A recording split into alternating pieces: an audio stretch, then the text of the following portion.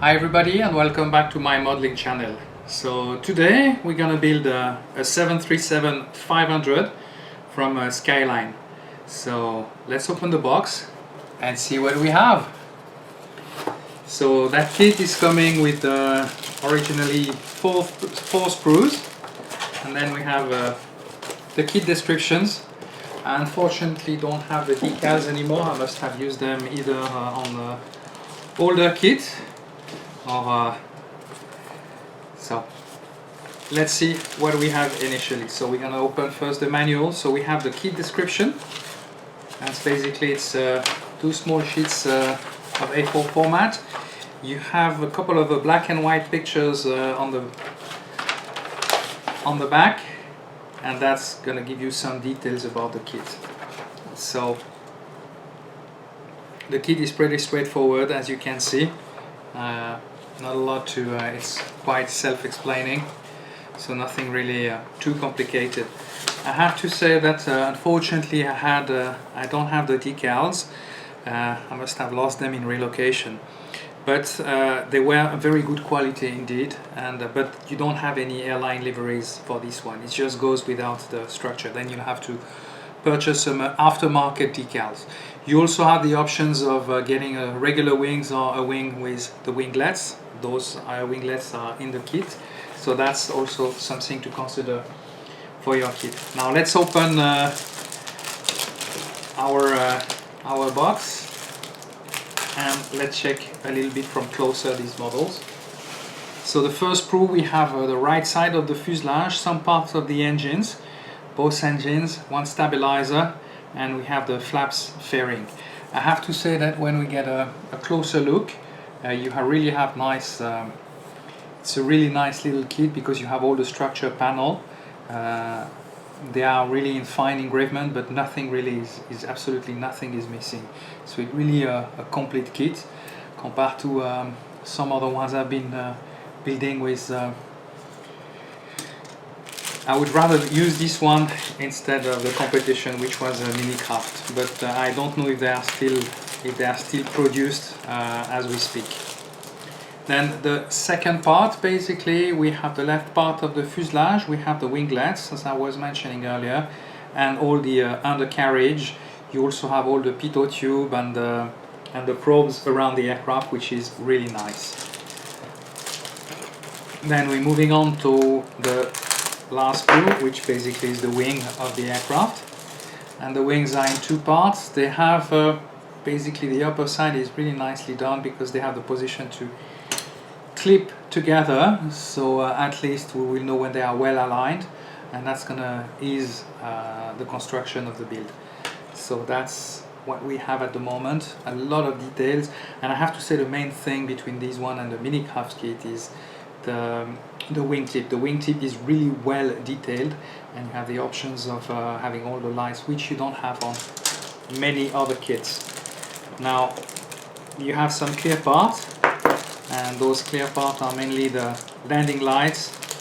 You also have the position of, you also have the windscreen, so you could cut basically your you would be able basically to cut your cockpit and have it as a clear part, but that's up to you. So this is for the kit review, so enough of talking and let's start building. So we're gonna start this model by preparing the fuselage. So there will be an initial part where we're gonna get all the parts ready, and then we're gonna prepare as well some modeling paste that we'll be using as a ballast. So what we're gonna do after preparing the part, we're gonna put the wheel well and glue them of course to the fuselage on both sides, and then we're gonna add our ballast and the weight on the nose. Like this we will avoid the aircraft to sit on its tail.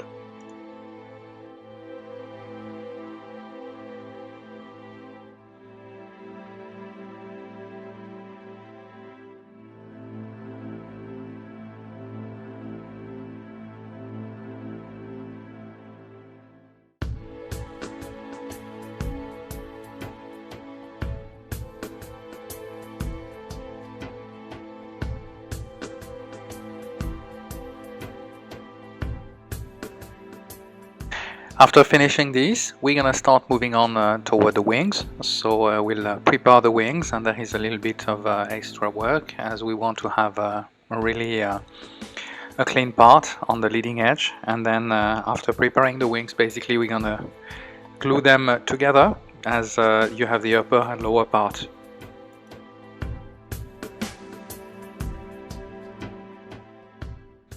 After preparing our parts, basically after gluing them, it's going to be time to remove all the gaps, and for this we're going to use some standard Tamiya putty, and I will be on the upper lower part of the fuselage, and of course we will have to work as well on the wings and remove all those little gaps.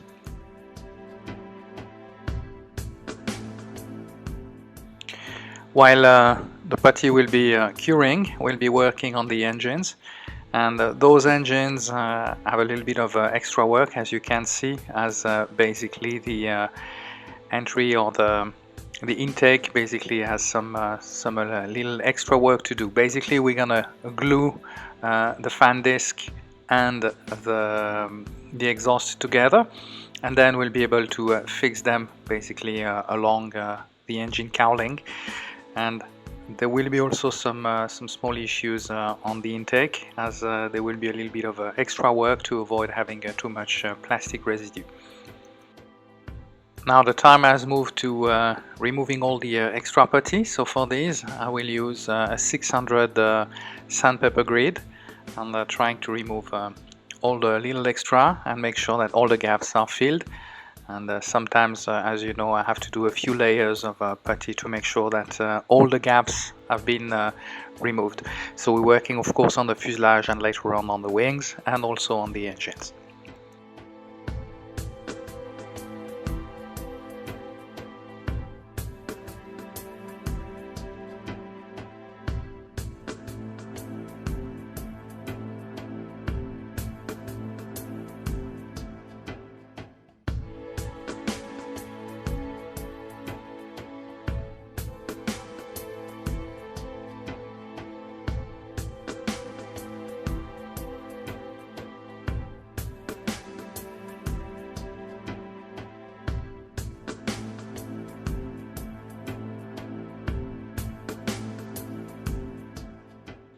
So it's now time to put basically the wings together, and I have to say that there is a kind of a mechanism between those wings on this Daco Skyline kit, and basically they have to both wings are clicking inside together and they're getting attached, so that will help us.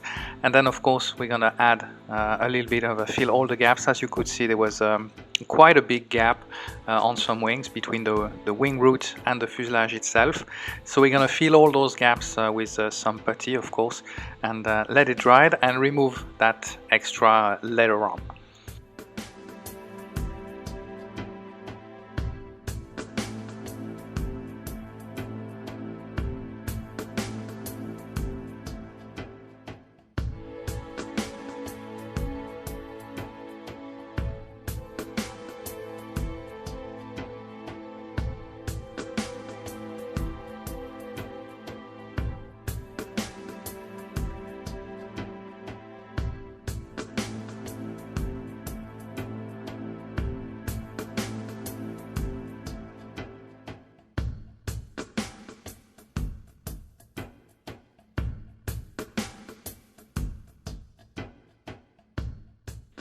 Now the extra part has been, the extra putty has been removed, so we're gonna add some part on the engine pylon, and basically that's for the exhaust part of the engines.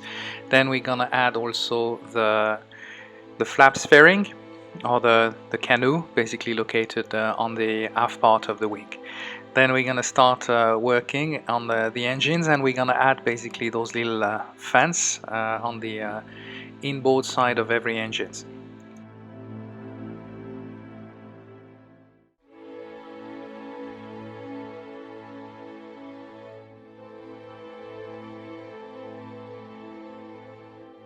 Once this is done, we're gonna paint the engine fan disc. For this I'm using a gray metallic color, that I've been doing myself. And then we're going to move on to the paint booth, and we're going to start to paint the corrugat. And I'm using exactly the same color basically that I've been using for the fan disc. Then we're going to move on to the engine color, and I'm going to use a white, glossy white coat for those engines, as they're going to be later on. That's the final color. Then we're going to add some polished aluminium for the intake, and I'm going to paint all of them together. And then we're going to move on to the leading edge as well of those fan discs.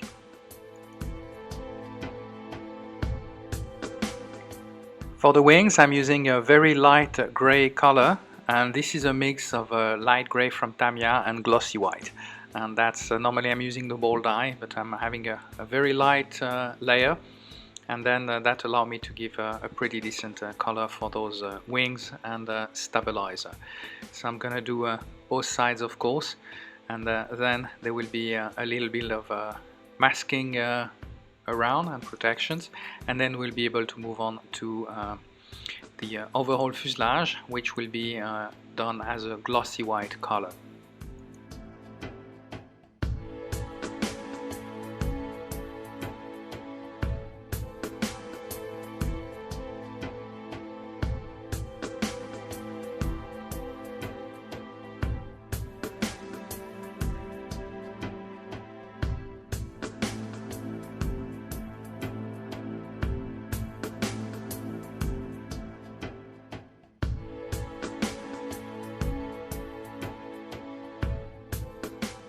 So for this particular model, was a special livery from CSA. I had to do a little bit of training airbrushing. As you can see, it's not a uniform blue on the tail. It's supposed to replicate the sky color. So I had to practice on an old model before being able to move on and try to have the proper result for this aircraft. I haven't tried this technique before, so it was a new and a discovery, but it was overall it didn't went that bad. So I used two types of different blue, two light blue colors, of course, and that was helping basically to get those different type of tones.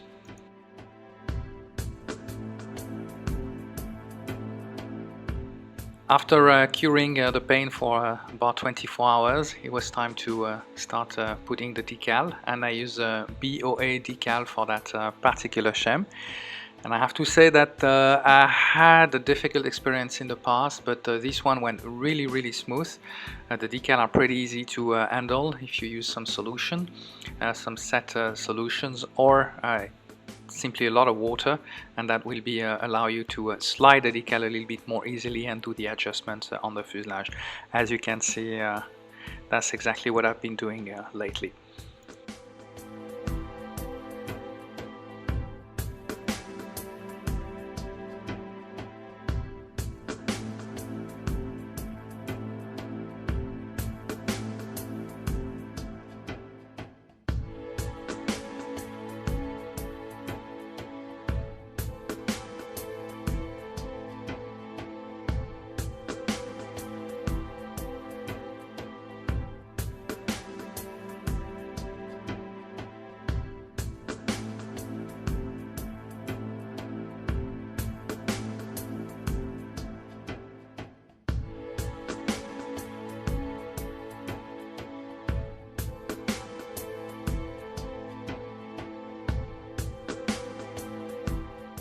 While our decals are drying out, now we're gonna start working on the undercarriage, and I'll have to do a little bit of paint basically on the wheels, and then later on we'll paint the tire using a matte black color, and the undercarriage as well will be on a very light gray color.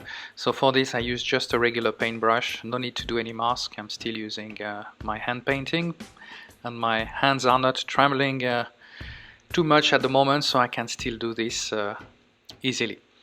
So that's a little bit of a part that we have to do, and then we're gonna move on, of course, back to our decaling process on the model. So we're gonna apply basically the passenger windows and with the airline title.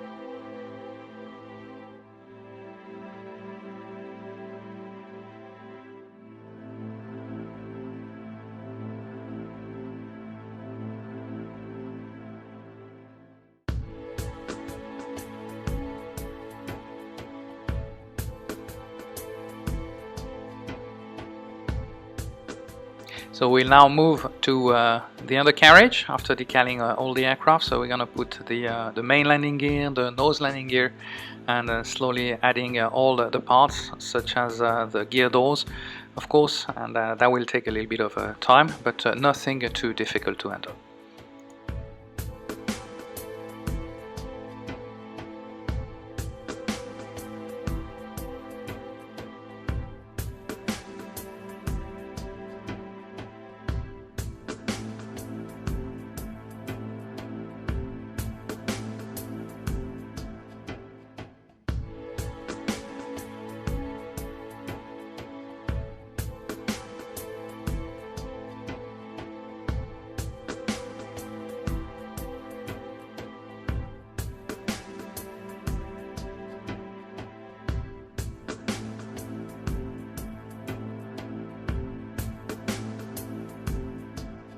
So we're now moving toward our engines, and for this the aft part of the exhaust has a kind of a rusty color, so I had to do putting some mask and using my makeup tool bag or tool set to do it. Then we're gonna of course add the exhaust pipe or the exhaust turbine, and then our engine will be ready basically to be put on the model itself.